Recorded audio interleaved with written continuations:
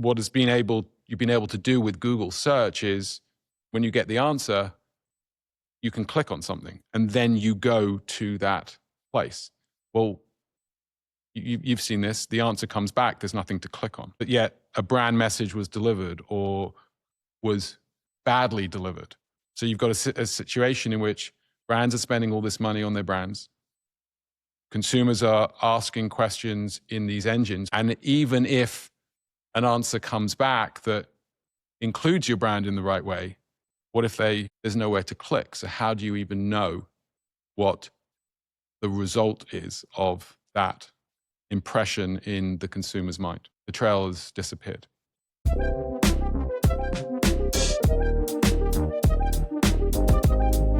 Hi, and welcome to It's Not the End of the World, everyday use cases for AI. My name is Bobby McLeodich. I'm the head of AI integration here at Quite Frankly Productions in New York City. I'm also a former teacher and have a great interest in how people are using new technologies. To that end, I'm joined today by Andrew Bloom. Hi, Andrew. Hi, nice to meet you. So, Andrew, you have a history in, I suppose, adapting companies to new technologies. You trained as a lawyer at Cambridge, if I am not mistaken, back in the early 90s. So coming out of Cambridge into the dot-com boom, which must have been an interesting time. And also, if you're in the kind of early to mid-90s, I guess you must have been an alumni with Demis Hassabis, right? The founder of DeepMind. So is there, kind of take from that what you will of that kind of introduction. Was there any overlap with Demis, or was it a different kind of? I never met him. I know like one of my closest friends knows him very well, so maybe he was there at the same time. But it's nice to know I was in such great company. Right. I haven't made as much money as him, so but definitely subsequent to coming out of Cambridge, yes, you're right. Sort of lived through that first era of the dot-coms. I mean, I was originally a lawyer, actually. I'd started out training as a lawyer, worked in London, worked in New York, and then joined, after leaving the law in the late 90s, joined a friend who had some success in an early dot-com company. And my first sort of move out of being a lawyer was working at Getty Images, which was an incredibly transformational time where I saw a lot of, what would happen if a company was in the right place at the right time when some sort of fundamental transformational changes were happening. And in that case, it was the advent of digitization, obviously relevant to what you do, as well as e-commerce, and allowed a stock photography company like Getty Images to transform into a global leader. And that really got my interest in sort of being more on the business side. I can obviously go into more detail on that.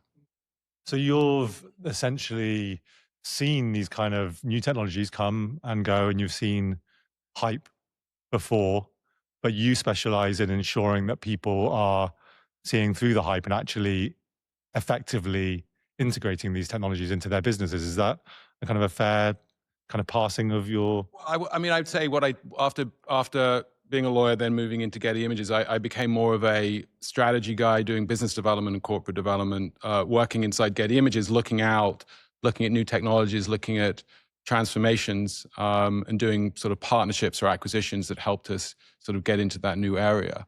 From there, what was happening with digitization and the changes in video, and this idea that you could take video and much more cheaply create advertising led to me joining a startup called SpotRunner in the late 2000s. Very, very simple concept, which was why are there so few businesses that can actually afford to do TV advertising? And there were two reasons for that. One, the cost of producing a good-looking commercial were high. And secondly, this idea of spending money to attract audiences, spending the media dollars, was also high barriers to entry, high cost. But the innovation there was we could use some new online tools to create custom versions of effectively stock videos and turn them into thousands and thousands and thousands of TV commercials that you could customize online. And we were allowing businesses to have TV quality commercials for, I think it was $499. And then we slapped an algorithm on the front of that, which was a media planning algorithm, which allowed you to say, hey, I'm in 90210 Beverly Hills. I'm a florist. I want to advertise on TV. And the actual cost of advertising in those small areas was very, very small. So you had this sort of double whammy, folks coming in and going, you mean I can advertise my business in a local market for a couple of $1,000s? And the answer was yes. Now, the dirty secret was, or not the dirty secret, what we found out is it actually wasn't that effective. It sounded great and it was good for your ego, but TV doesn't work that well in such a small market. But anyway, it's a great example of, this iteration of these, in that case, it was the cost of cheaper technology that allowed you to produce things cheaper, married to an algorithm which allowed you to build media plans online cheaply. And we opened up a whole new market for small businesses. What years was that? Was 2006 to 2009. Interesting. I mean, when you're talking about when you describe that, it literally sounds exactly how I imagine people are describing what they think AI will do for, the same service. You're saying that you were essentially at the advent of stock imagery, and people were able to use stock to create bespoke adverts that were much more premium than what they were traditionally able to create. Is that accurate? Yeah, it's interesting. I hadn't really thought about it as it was a lot of blunt force work to do it. What we were actually doing is we were taking thousands and thousands of hours of stock footage and thousands of images and sort of in a way, blunt force, like creating lots of different templates. The kind of things that today with AI are being created almost on the fly. Well, they are being created on the fly. Back then it was, I think the concept was you could create that many permutations and personalize it, but it was a lot of blunt force, like hard work in the background doing it. Then you also said there was an algorithm involved as well. Well, that was the media planning algorithm that was on the front that was, you put in your demographics, the audience you wanted to reach, the geography, and it would effectively collate and then pass through the data to build a media plan for you. Again, today, that is truly happening with AI tools in a much more, true, it's just a much more sort of faster, more precise way today. Back then it was, early versions of learning, machine learning and various technologies. But today it's a lot more advanced.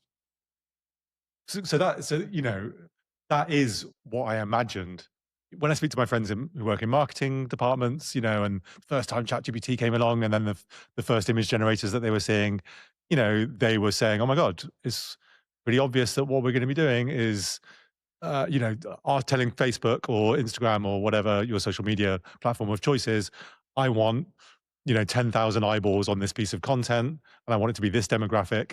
And we have a contract with Snoop Dogg, and it'll allow us to use his likeness. So AI generate the advert for me and then market it to this demographic. It sounds kind of like that was what you were doing back in 2006 to 2009. Am I? Yes, but again, like I would say, it was not so simple. There was no obviously UI, like a proper like chat environment. I think where we are today is just so much easier for consumers and users to use. But I think this idea of lots of data or lots of images being put into a database and running some sort of algorithm or search across it has been around forever. I mean, if I step back again and go back to Getty Images, what made Getty Images so powerful in the mid 2000s, at the heart of its success was a search algorithm. I mean, Getty Images at its heart of the technology is an ability to say, okay, we have millions and millions of images, but Bobby wants to find this particular one. And the way you may be thinking about a certain image, maybe through certain concepts like love or sunlight or whatever it was. What they had was a way of translating through what they called a thesaurus, certain keywords or terms into emotions or other things. That was why they were the best company. There were 1,000 images or 10,000 images they could have brought up on any one search, but their thesaurus and search technology brought up supposedly the best ones or the right ones. That was a huge sort of data set behind the scenes of metadata and the ability to search and pass through it that was their success. Right. And so I didn't realize that. So Getty Images had become the Google of image search. They had figured out how to create an algorithm that enabled the user to search their images effectively, and that must have just been completely annihilated by the first advent of the new AI technology, as far as I understand it, was when they proved that they could use machine learning to search images in a more accurate way. As soon as we were able to, show Google an image of a chicken, and it was said, yeah, that's a chicken, and that's a cat, and that's a dog, and that's a chair. That was the first kind of wave of people understanding that, oh, something new is happening and this is something to pay attention to. And it sounds to me like that must have been very scary for Getty, that had the monopoly on that. Or Well, I think the scariest thing for Getty right now, and I mean, this is sort of later on in my career, and actually through Getty, I got to know this company because Getty is an investor in it. The company Bria that I spent a year at, which is in the generative AI space. Generative AI, the ability to, actually, generate new images based on prompts. I mean, that is incredibly scary to a stock photography company. Back in the day, if you think, I mean, again, you know better than me, you're more in this sort of world, but I think that folks still believe that there is one idea about an image or a video is the concept behind it, and the other one is actually the production of that image or that video. And unfortunately, what generative AI has done is sort of made people believe that the cost of production is going down. I think whether or not it means that the ability to come up with an amazing concept has been commoditized as well, I don't know yet. But, stock photography was still this idea of, I don't know, if a big idea was to show thinking or thought was to show a goldfish sort of, jumping out of a goldfish bowl. I mean, someone put some thought into that concept, but the actual ability to show that image now, anyone can do that. But coming up with the concept is, I think, still hard. So I think this is one of the struggles now, but what this generative technology has enabled is anyone to produce almost anything right now. And that's a concern to folks like Getty. But they still have a huge business in all of the rights that they associate with that. There is still brands associated with certain photographers and videographers that matter to people, producing, real-time images, in certain, news, sport, entertainment images that can't be created by generative AI is still a big area for them. they must be weaving a difficult path, right? Because the creators are those that are the most afraid of this technology, and it's the creators whom Getty have built their entire business upon the shoulders of, sometimes controversially, if I understand their history correctly. But equally, they're also sitting on this a massive mine of data. And, Adobe's generative AI tools are commercially safe to use, they say. And I imagine Getty must be chomping at the bit to use all of their data to help train their own model to try and they're doing that. Yeah. Yeah. I mean, quite successfully in some cases. I mean, just on this subject, so the company I worked at, Bria, which is an innovator around generative AI because it was built on responsible data acquired from people like Getty Images, that's why Getty Images works with people like Bria to provide a new revenue source in generative AI for legally licensed responsible data sets. What's happened now, which is interesting, is you're seeing some of the largest IP houses in the world, like Disney, partner up with people like OpenAI. OpenAI has actually been, I would argue, on the wrong side of the intellectual property, world, because they've been scraping data and videos and images without asking So, what we're seeing now is a company that sort of built a huge business off the back of lots of IP holders that they didn't pay, is now in a successful position where they can now start working with some of the largest IP companies in the world, even though their history is being perhaps not that friendly towards IP holders. So it's similar with Google. I mean, again, scraping huge amounts of data, but now they're turning around and working with companies who are incredibly concerned about their IP rights and have become seen as more legitimate in that area. Does that make sense? Yeah, yeah. So why do you think that is? How do you think, is it just power? Just they are the market leader, and these people with the IPs that they care about are just throwing up their hands and saying, well, Well, I think now their models are so good off of the back of what might be argued to be not the right way to behave initially. They're now where they are. They're considerably better than anyone else in this industry. You'd know better than me. People do care about quality. Quality matters. And so then it's sort of like, you look back and you say, okay, well, I'm Disney. Okay, so, but now if I'm going to work with you, you're going to need to really protect me. And that's dealt with,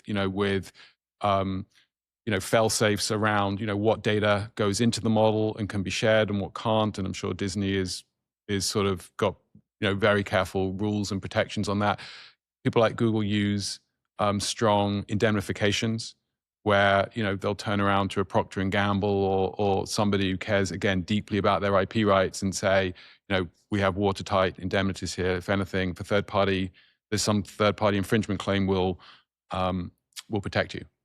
So, I mean, I worked in the data space. What I find interesting about that as well, and I sound like an angry old man here, is if you, in the data space, you had a GDPR, of course, right? please. GDPR is, it's a European data regulation that protects, the data rights of European citizens, and it affects anyone working outside of Europe who is interacting with anybody from Europe. But in that case, it's a regulation law. If you, and I know this because I worked in data for many years, and you get, as part of the deals that you work with big companies, they say, are you GDPR compliant? And the simple answer is yes or no. And if it's not yes, they don't work with you. Whereas in this sort of generative AI space, what's been intriguing to me is, even though sort of the answer on the copyright infringement stuff is, I'm not sure if we're infringing or not, enterprises have still actually been willing to work with some of these providers. So it's, now, one argument that people say is, which we'll get to, I think partly the subject of this is, there's a lot of talk about using generative AI, but the truth is, even in generative AI and video and images, not a lot of companies are actually using it in production. So a lot of it being used for ideation. Take a company like Midjourney, for example. It's a monster company, but how much of Midjourney's output creative is actually being used in a TV commercial or in a global campaign? I would argue to this day still very little, because of the point that the smartest or the riskiest advertisers are still not willing to take the risk. Absolutely, the experience that we have here at the company. We are less, I mean, even us, who the stuff that we're producing is not necessarily TV commercials, or, usually, oftentimes it's internal and it doesn't see consumers. But, we find this a great storyboarding tool, and our artists use it to create images that they can then take inspiration from, which is great. I also had, I have lined up a guest from NBC who was saying that they wanted to experiment with using AI to generate a kind of an intro to this reality TV show that they were producing. And so they got this company, they were, had this idea, they were working on it, and then compliance and legal from NBC said, okay, but they can't use any of these tools. And it was all of the tools, and so the whole thing was dead in the water.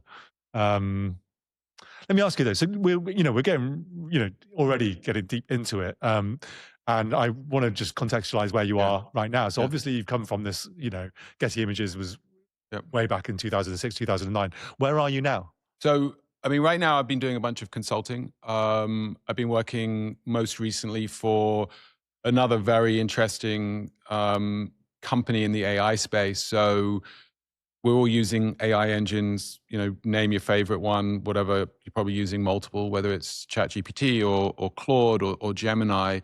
And because of the way we are now interacting with these engines, providing more context, asking longer, wordier, more contextual questions of these engines, the answers that are coming back are very different than the way we have been using Google for.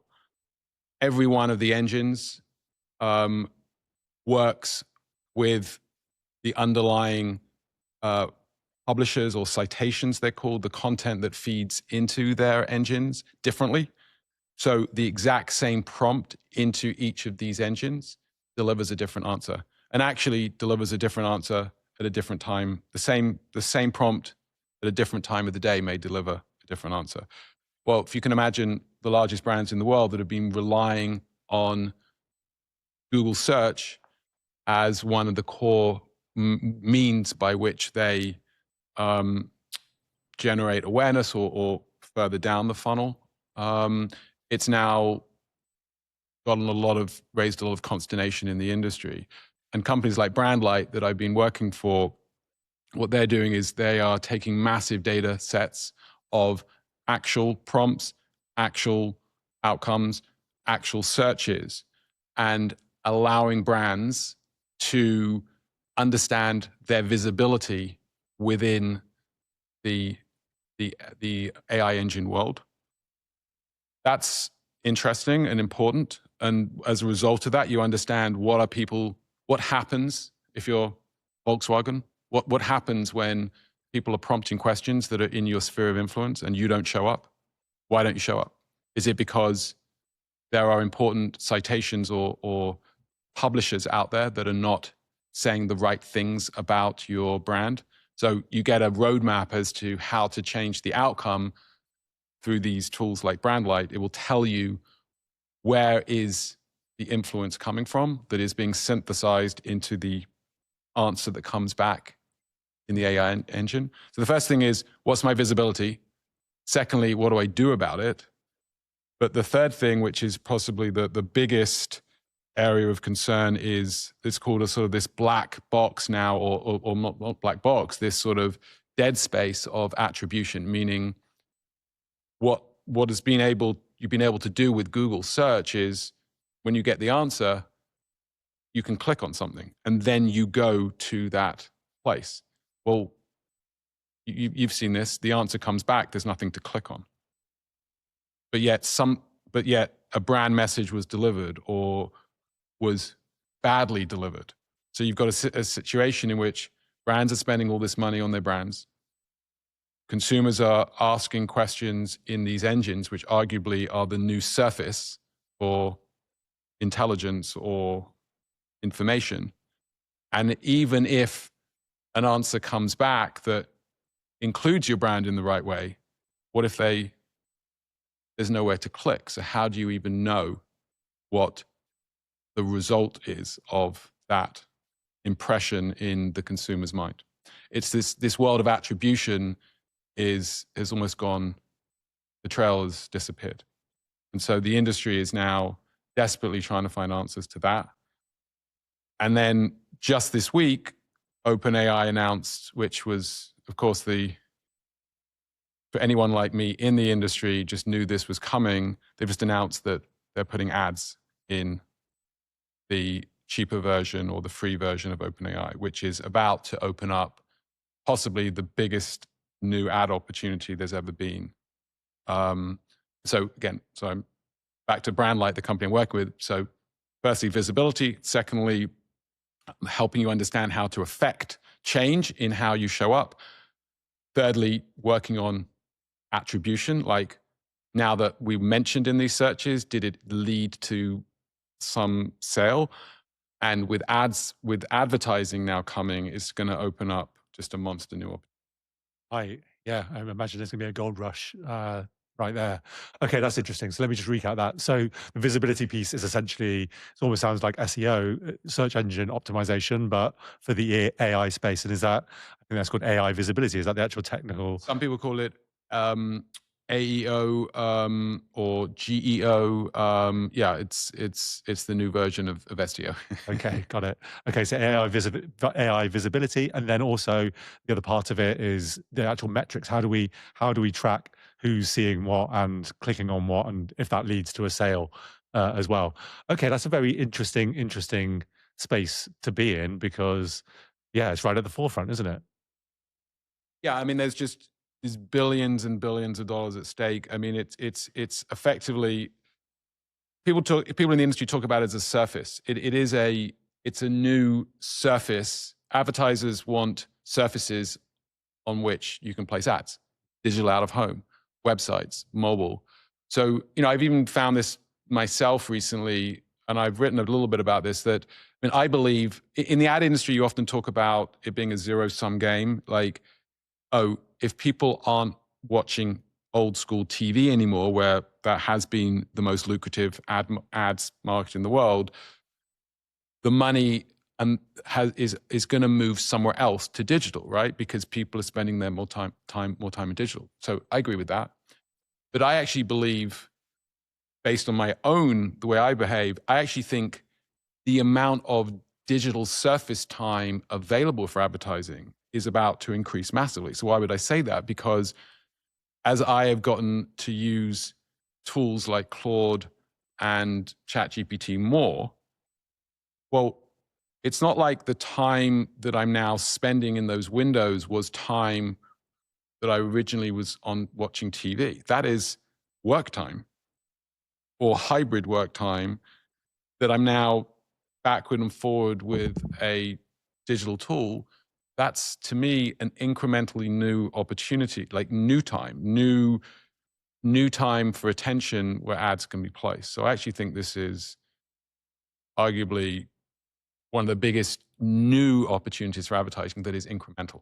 That's interesting. So you sort of think of people's attention as like surface areas, and it's almost like the surface area has increased upon which new adverts can be placed.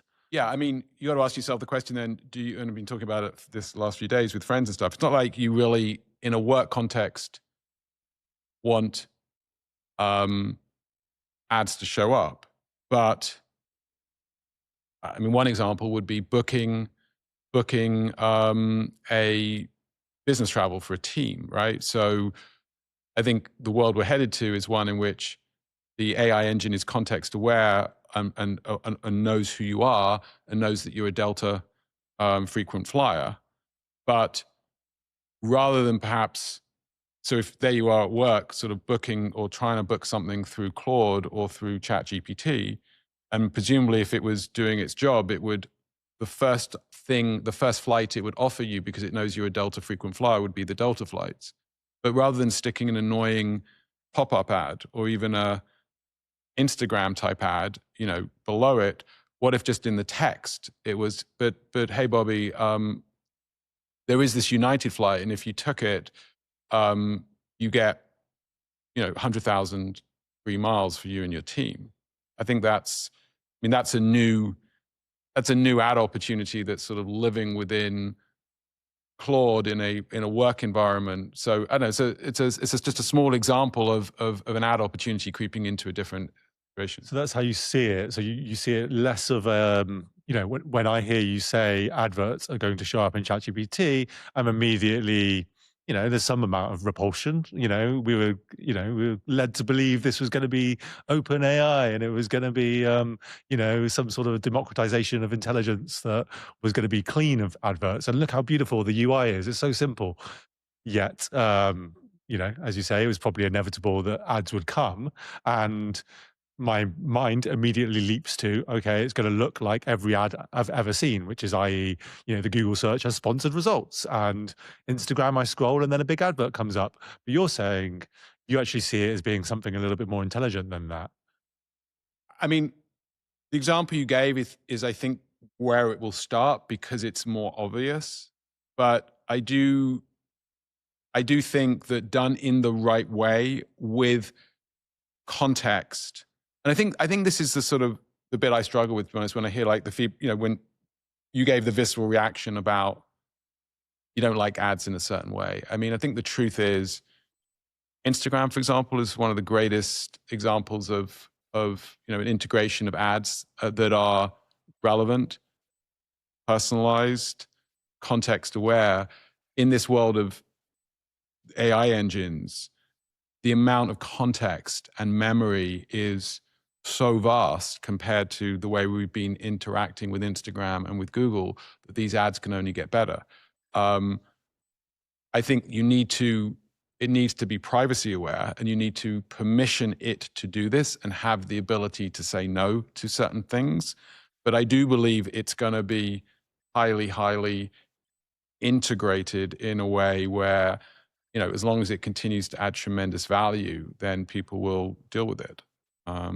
So I don't think people fundamentally have a problem with ads that are delivered in the right way. It's a way to learn about things. It's a way to get offers. I mean, we're doing it all the time.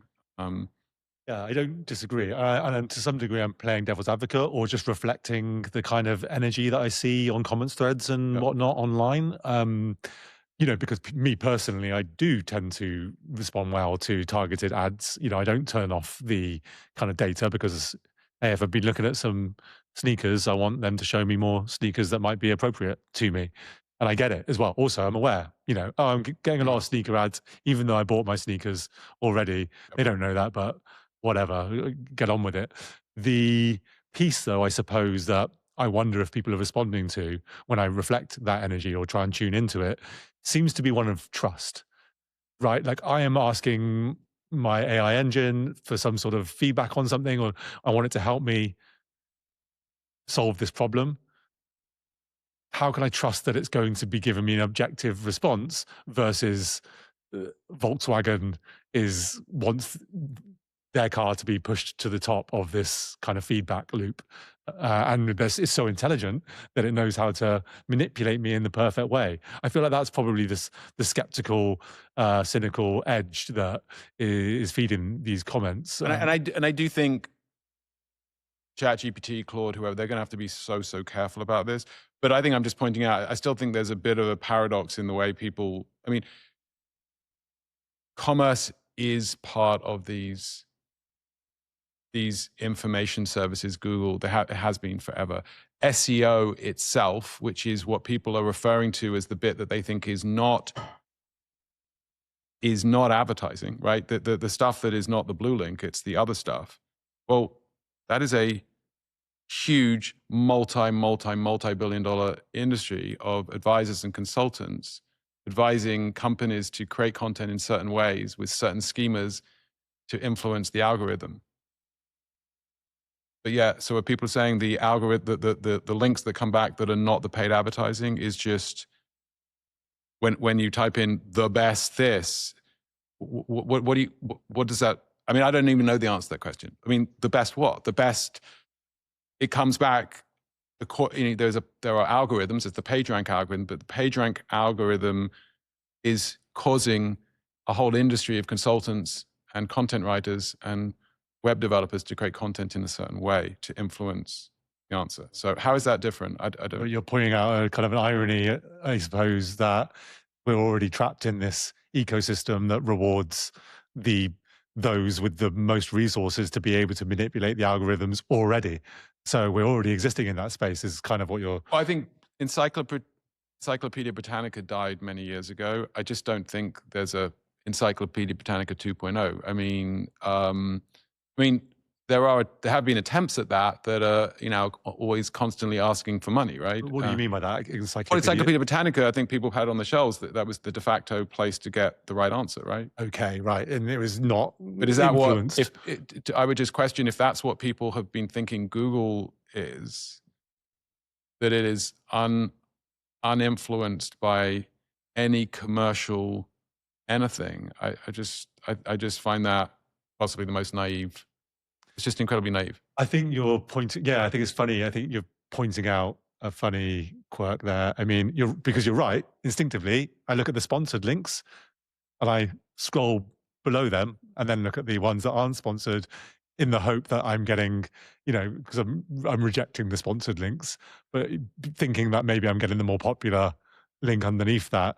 But yeah, you're right. Give it any amount of thought, and that's quite obviously you're just giving the one who's gaming the system your attention. Gaming, but I'm just saying there are methods and things you can do to improve the way you show up. And this new world of we're entering into, it's just a different version of that, with a less clear attribution. Back to that point about attribution, what showed up and then what happened afterwards is actually more unclear at the moment. Yeah, and that is important to know. I mean, maybe we are in this sort of naive space right now where people don't know how to influence the algorithms as effectively as they will in the future. Because actually, if I'm speaking about what I do with Google right now, I use ChatGPT or Gemini usually to do my searches, unless it's more and more. And actually, many of the people I'm speaking to on the podcast and further afield, if they're not power users, let's say, use the first word that comes to mind, then they're just using it as a advanced Google search. And part of the reason that they're doing that, they say, is because they feel like they're getting a broader, kind of more objective take on whatever the question is that they're asking. But it does beg the question now. I mean, I have to ask, small company like ours, if we wanted to think about our AEO, AI engine optimization, or AI visibility, do you have any kind of hot tips? Have you started to crack that code, or is it still I think the types of what we're learning so far is that the types of content that is doing well within the LLM world is where it's less about like denser content and more about sort of almost like a conversation that two people would have, like where it's much more does well with sort of Q&A content. So breaking out the content into, as if you were trying to attempt to answer the kind of questions that people were prompting into these engines. So, different schemas in the way that the content is built, sort of less sort of just deep content, but much sort of clearer Q&A based content is important. The engines are absolutely scoring authentic human content from places like Reddit and LinkedIn very, very highly. So certainly, and this is a challenge for marketers, is you have to create more content, right? And different types of content. And I think this is something I've learned from all the work I've been doing over the last 10 plus years, working in companies where we have sales working with marketing. Our marketing teams now need to produce much more content, much more authentic content. And these LLMs seem to be trying to seek out, where they can tell that it's sort of almost like real people talking about stuff. That's sort of been some of the most successful plays that we've seen for our customers. Very interesting. Okay, so so that's a bit of a general overview. Yeah. Let's talk about like maybe some specific examples of what that looks like. So are we saying that, hey, it sounds like, it sounds kind of positive in a certain type of way. Produce more content and make sure that that content is authentic, and create a conversation in various different spaces. So it's less about, if I'm not mistaken, previous SEO from a bygone era now, it would seem, was about making sure that there were keywords on your website, and in the back end, in the metadata, a whole bunch of keywords that Google would try and bring to the top of the search. But now it sounds like what you're saying is you actually need to create more content, spread it about, make sure that there's a Reddit thread about your brand or your business, talking about your business, and actual real ambassadors going back and forth. Yeah, so it's, but I mean, a lot of what applied in SEO still works, but to think of it as like the way, these are like, people talk about in SEO, in GEO and AEO, it's like this idea of a fan out of the prompt. So whereas in the old days, a search would literally have, 3 to 5 words in it. There is a typical prompt into ChatGPT or Claude can be 50, on average, like 20 words. So there's almost like a fan out of all the different searches that would live within that. And each of those, the LLM needs to actually attach, each of those sort of searches or searches within searches to a set of content, which it needs to be able to easily find. So that's where the schema and the way in which the content is laid out is slightly different. Right. So a business needs to be asking themselves, what are the types of questions someone's going to be putting into Exactly. the LLM to find my business? Exactly. And then they need to be creating easily found content online to address that. Okay. I can see that this time has flown by, Andrew. So I'm going to start to take us now towards the more light-hearted and fun bit of the podcast, which is our quick tips section.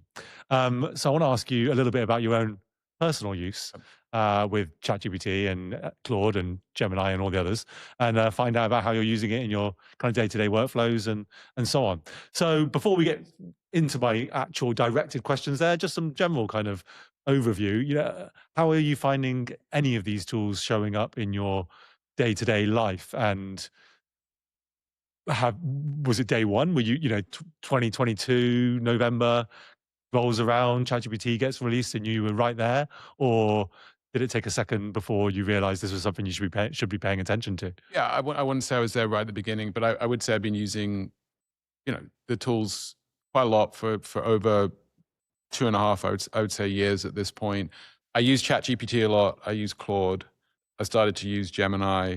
I've consulted inside businesses that have been using all these, and then I have my own version of it as well. I would say that, and actually recently, and I'm just to be honest, out of anxiety, curiosity, I'm just trying to get better at this stuff. Like, just every day, I've done courses on Coursera, courses on, there's an interesting company called Section, which I like. I've done a course at Stanford, just trying to get better, but still feeling, some of the anxiety that I think a lot of other folks are feeling. I'd say, like, my biggest tip would be this idea, because I think this is the superpower of these tools, is locking down on memory and context. Because the most powerful thing about ChatGPT, in my mind, versus Gemini, although I think you can do this in Gemini if you have the Pro plan or whatever it is to make sure that every time you're searching, it knows, it's just building on what it already knows about you. And what I found, actually, I was being very, very lazy inside ChatGPT, where every time I started working on something else, I just started asking questions in the same thread. And I wasn't doing projects, and I wasn't doing new chats. And to be honest with you, I was actually surprised at how good it was. And what I've been doing, we've talked a little bit about this, I've been consulting, but I've also been recently looking for new roles. So it knows quite a lot about me and, the kind of roles I'm interested in, but also the consulting work I'm doing. And it has been quite good at, when I've been asking questions from a research for an interview process, it's been sort of grabbing stuff from consulting work I'm doing. But it's been a bit like, it's been good. It's got a good memory, but I've been worried about some things that it's doing, like cross pollution. And so what I've recently started doing is just using system prompts, meaning where you actually just, it's all about actually just controlling the memory and controlling the context. So it's basic. An example would be in my work, when I'm using it to do interviews. And it knows that in general, I'm interviewing for CRO roles, GM roles, chief commercial roles.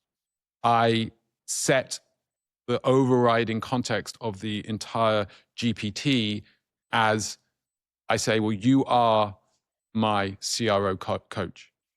And this is your job and these are my expectations of you. And I want you to be skeptical. I want you to be pretty hard on these issues. I don't want you to talk about this. I don't want you to go off and start opining over here. So you set a bunch of instructions to control. It's almost like you're putting a frame around the whole ChatGPT experience. So I've sort of created like an experience where it is my CRO coach with a whole bunch of rules around it. And then I have like a separate ChatGPT instance where it is my, so that's where it's my coach. But in other cases where I ask it to be like a very difficult client, for example, when I'm doing some strategy work for one of my clients. So that's all about setting memory and setting context, which I think is the superpower here. Now, it's still every now and again, I feel like loses a bit of memory, but it's way better when you do that than when you just have this amorphous, put everything in a single chat. Mm-hmm. Yeah, I found it kind of, it has a certain elastic feel to it. You know, it starts very well, and then eventually when the chat carries on going, you either need to remind it, but even sometimes when you remind it, once it starts going off the rails, it's gone off the rails and you need to start the whole thing again. But it's interesting to hear you describe these as your first go-to examples. Interview coaching, and B, acting as if it's a difficult client. Have you found that to be an effective use case? Yeah, they're both excellent. I mean, I use them, I mean, obviously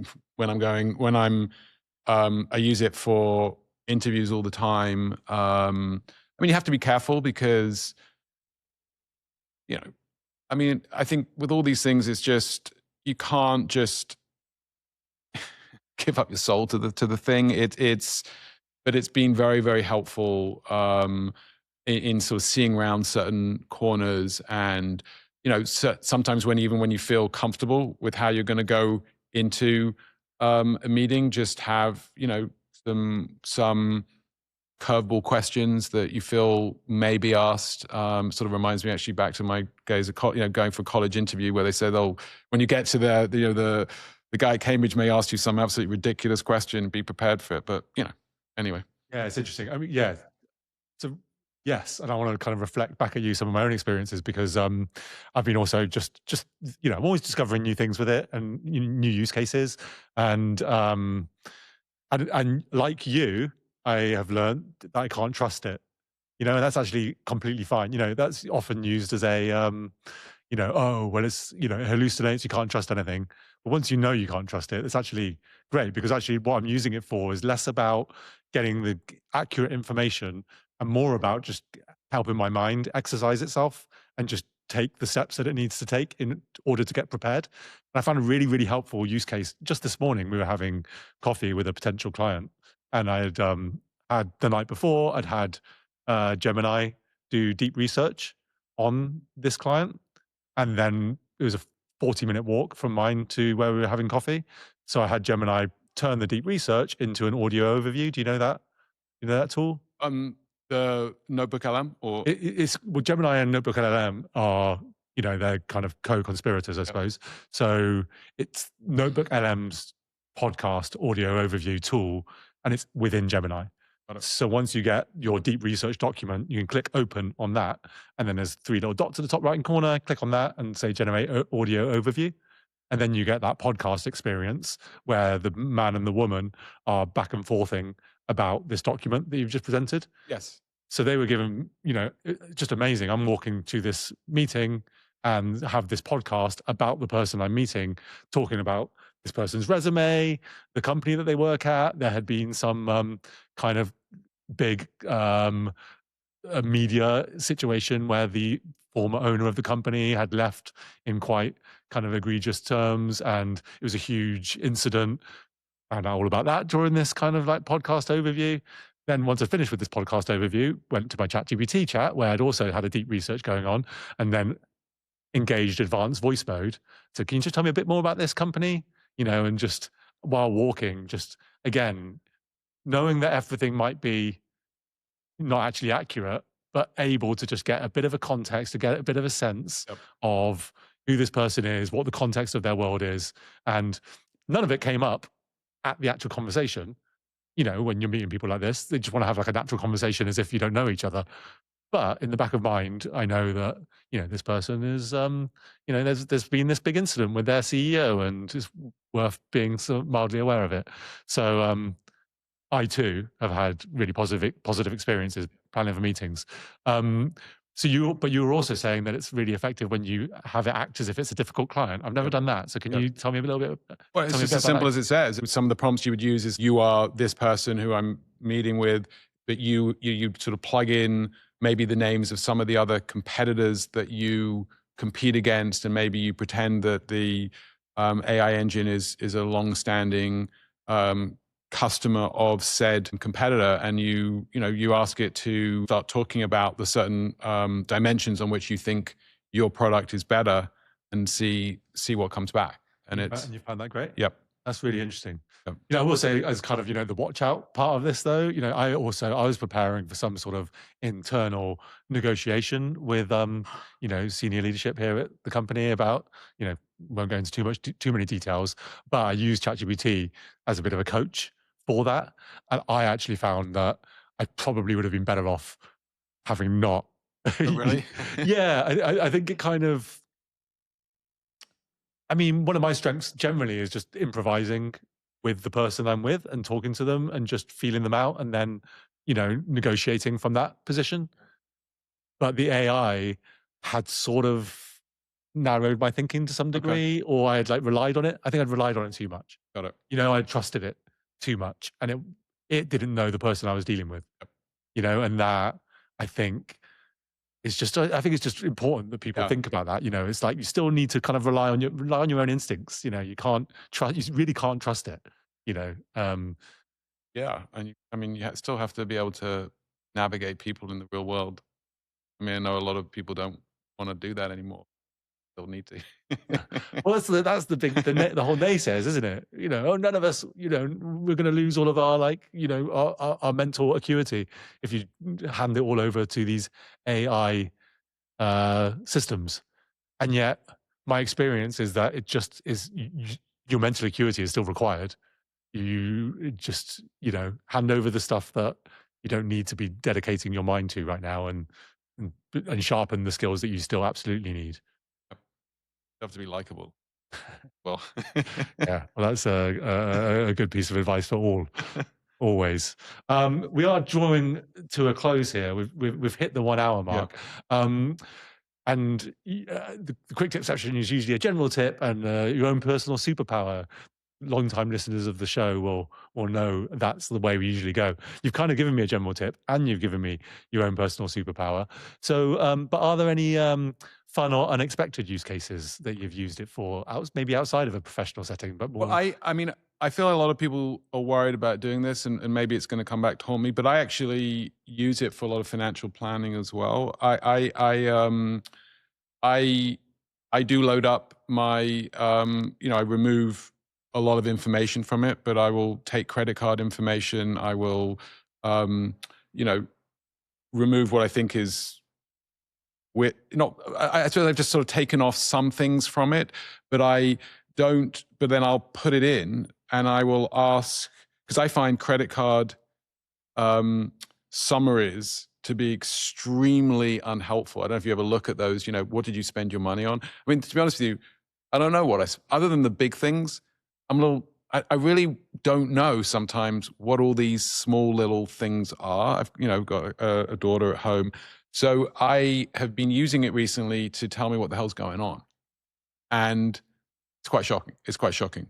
You're shocked because you didn't know you were spending so much money on coffee, or you're... Yeah, it's the coffee stuff, it's the Ubers, it's the other taxes, it's the subscriptions, it's the this, it's the that. And it's good. And it's good at this. Very good. Really, it's so you found it's like it's accurate. It's not making things up.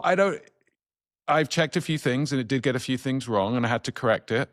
But great, like, so something like that, just like financial planning.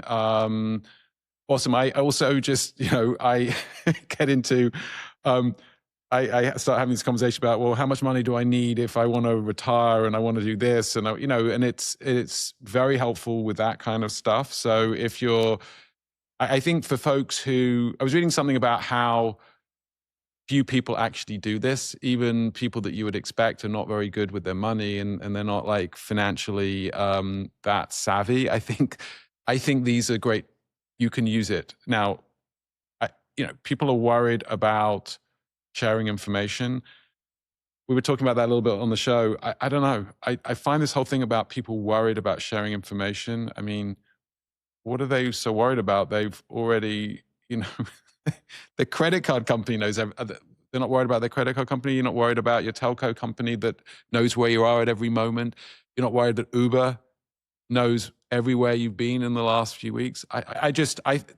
Giving it some of my financial information and asking it some hard questions about what the hell I'm doing seems like a logical. Yeah. Okay. All right. So let's keep it in practical space. What is your workflow, if you like? Yeah. So let's say I want to do exactly what you're saying. Simple. You go to mine is Citibank. You type on your credit card and or your debit account, and you download into a CSV file.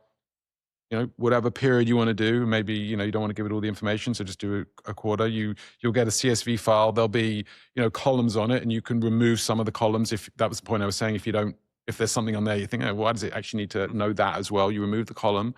And maybe there's some stuff in there, like, I don't know, some health stuff that you're worried about. So you take that out, and then you just load it up. Because you download the CSV file from your bank, upload it into ChatGPT or Gemini or your chatbot of choice, and then just ask it to give you a report. Yep.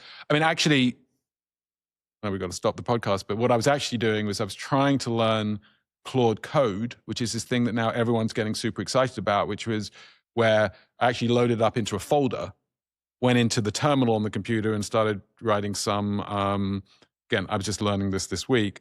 I was just sort of trying to learn how to point at a folder so that what I could do is just load up stuff, have a routine where every quarter I load things into the folder, and every time I run this routine, it's just constantly updating the numbers for me.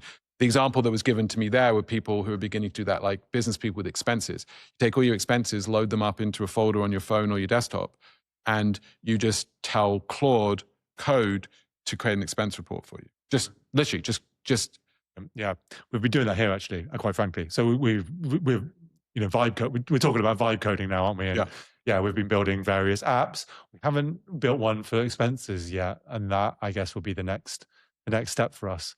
But to bring it back to just the regular humans that are doing this at home, financial planning for themselves, you're saying that it's as simple as taking a CSV file, uploading it into your chatbot of choice, and it will give you a kind of a detailed report on your finances. Yep. That's awesome. You know what I do? I also do that with my annual checkup. When I get my annual physical, I take screenshots of all of my bloods and chuck that up there. Right. And it gives you a great report.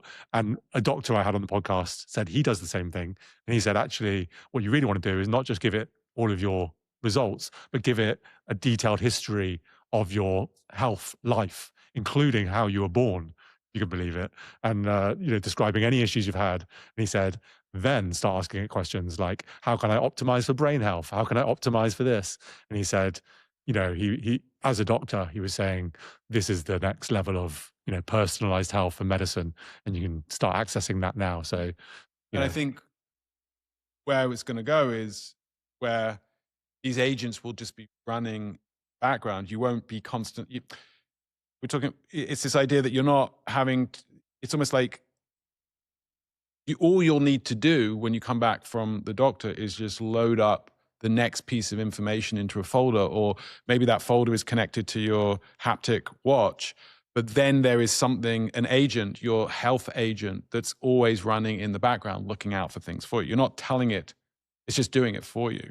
I think I hope that's where we're headed. I hope so too. And if the apocalypse doesn't come first. And on that note, it's been so great having you on the podcast. Before I say goodbye, is there anything else that you feel like we haven't touched that you'd like to to touch upon? No, I really appreciated the time. It was fun. Thank chatting. you. It was really fun for me too. So yeah, thank you. And thank you to our listeners. We'll see you next time, unless it really is the end of the world.